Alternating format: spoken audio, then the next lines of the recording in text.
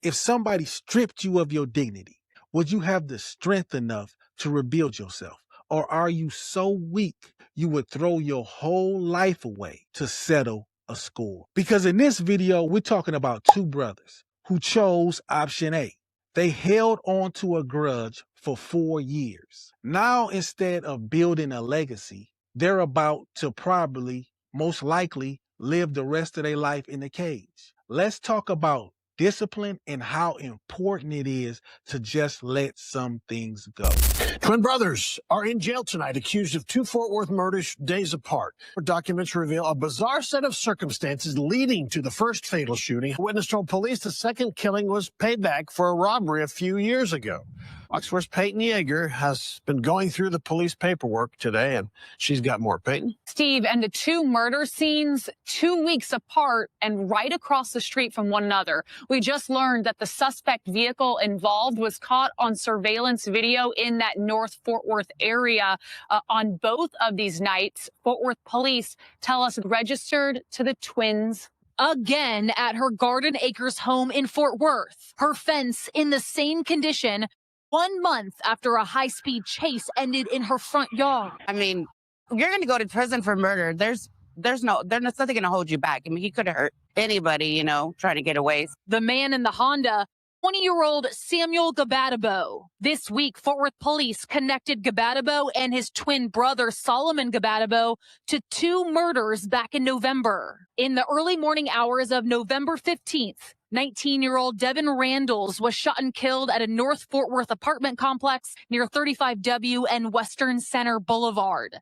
Investigators believe the victim, found with a surgical mask and gloves on, was breaking into vehicles with others. 2 weeks later, and just across the street of Western Center Boulevard, an employee at Flip's Patio Grill was murdered in the parking lot. Detectives determined 20-year-old Isaiah Gonzalez finished his shift on November 3rd. Fort Worth police say it appeared to be a targeted hit. According to a newly obtained search warrant, during the investigation, police received a tip that Gonzalez robbed the brothers 4 years ago and forced the twins to undress at gunpoint. The tipster told officers they recently heard the Gabadabo brothers were responsible for Gonzalez's murder. Say they found a video on Gonzalez's using facial recognition software. Police determined the young men in the video to be the twin brothers. Then on December 12th, that's when Samuel Gabadabo was arrested for evading arrest in the Garden Acres pursuit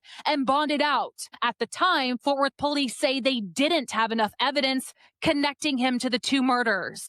This week, on Thursday, Fort Worth's fugitive unit found the brothers at a residence in Burleson and booked them into the Tarrant County Jail. Back at Mary Aguado's house, They're going to come fix it probably next week.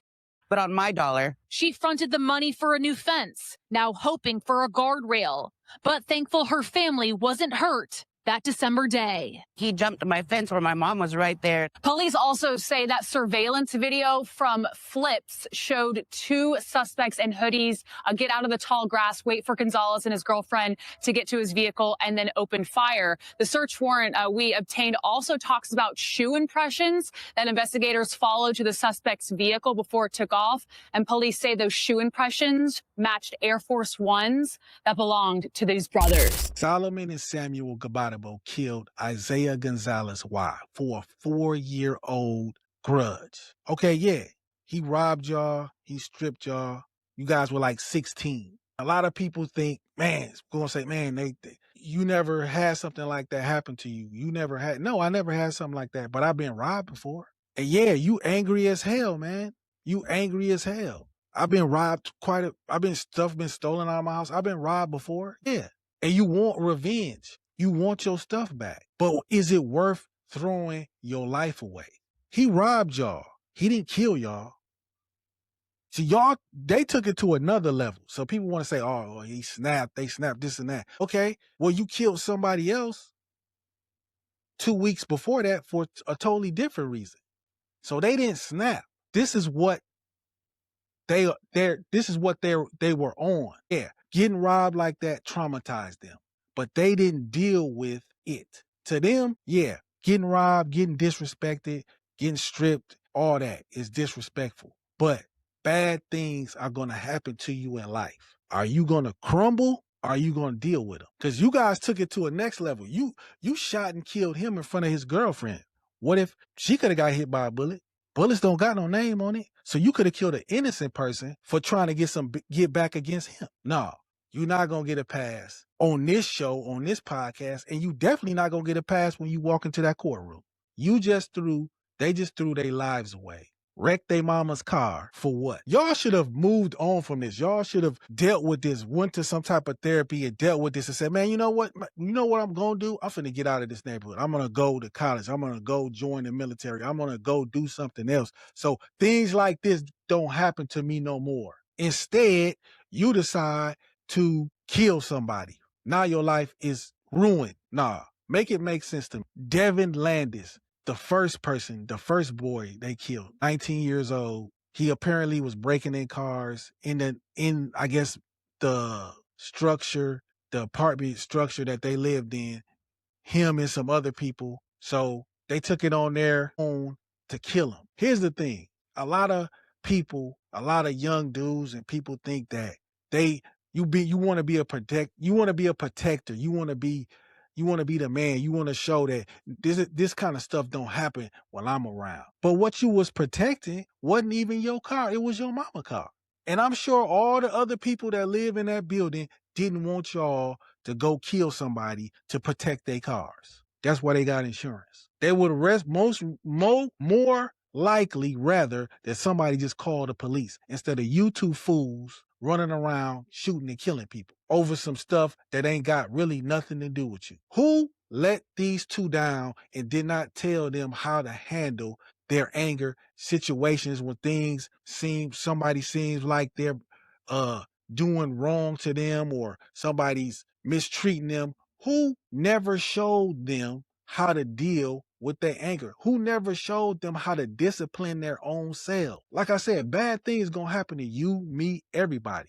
Your son, my son, you've got to learn and show them how to do. But this kind of stuff like this is what happens when you let children see you not handle things properly. I guarantee you they've been around people who, when something happens, they snap. When something happens, they snap. They go to the extreme to handle things because children don't care about what you say. It's what you do. That's what the message is behind this. What are you doing when things go wrong that your son or your daughter sees you do? How do you handle adversity? How do you handle things when they get out of hand? How do you handle them? Because if you don't handle them well, they're not going to handle them well.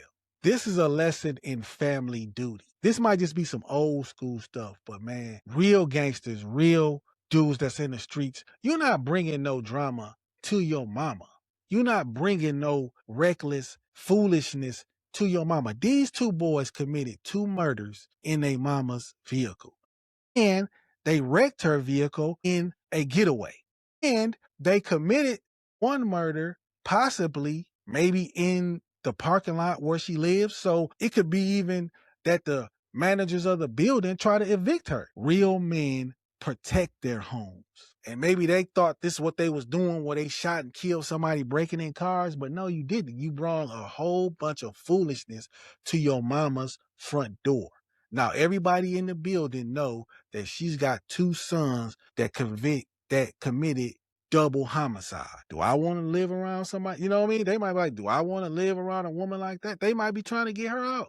So you wrecked her car, not to mention y'all two both going to jail for probably 20, 30 years. I'm sure she's not happy about that. And you probably got her in trouble with the building she stay in. They probably might be trying to throw her out. All because of your hurt feelings or something that happened to you. What?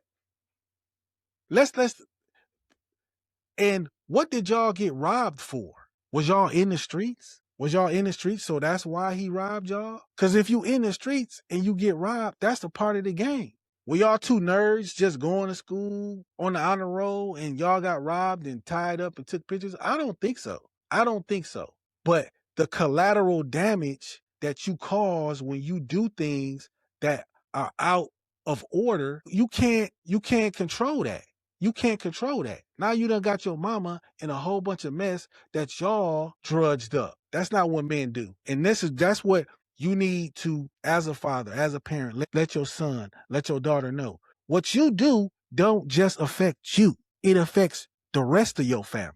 This is a prime example of peer influence and not having a father figure around or a mentor to talk you off the ledge when you doing something stupid or when you about to do something stupid. The two Gabarabo twins, they didn't have that. They were just going, it was like the same person thinking the same thing. One wasn't saying, hey man, don't do this. No, that's a bad move. Don't do that. Yo, you do that, I'm gonna tell moms what you're doing. I'm gonna tell somebody that you're thinking about doing this. No, it's important to have people around you to tell you when you're doing the wrong thing for your own good, not just a bunch of yes men or parents that try to be their kids' friend. Why these two driving your car and they probably don't got no job or doing nothing? They shouldn't even have access to your car. What y'all doing all day? Just just doing some dumb shit. Just your mom's got to get to work and handle her business, but y'all two out here fucking off. Stop being your kids' friends. Stop not wanting them to be angry with you because you tell them about themselves. Start from the beginning, you doing the right thing so they can't come back to you and tell you, well, you do this, you do that. No, you ain't seen me do no bullshit like that.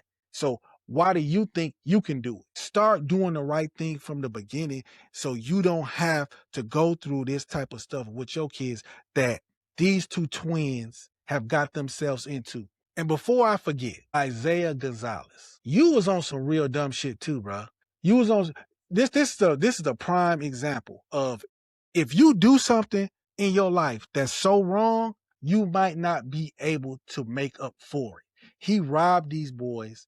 He stripped them. He got them all in their chest. He was all in their head. He even held the pictures in his phone for years. 4 years later, you working a job, you walking out with your girlfriend, and what happened? The same 16-year-olds that you robbed, that you stripped, came back for payback. See, it ain't sweet no more. So that's a lesson to anybody to let you know. People always say, oh, you should get a second chance. Look, the streets in life might not give you a second chance. Yeah, that's the right thing to say, but is that shit gonna happen? Are you willing to bet your life on that? Or I turn my life around. You might have done some shit that not gonna let you turn your life around. So you might want to think about what you do before you do it. And is it worth your life? Was robbing them worth your life? Because robbing them took your life. So what you was trying to change your life, they ended it for you because you robbed them, because you humiliated them, because you did that to them, they took your life. So think about what you do before you do it. That was this episode of the Raising Carter podcast, sponsored by the coaching program, the website, Build Better Dads, where we try to help fathers be better role models for their sons in the areas of finance, relationships, and discipline. If that sounds like something you need, check out the website, get on a coaching call with me, and I'm out of here. Peace.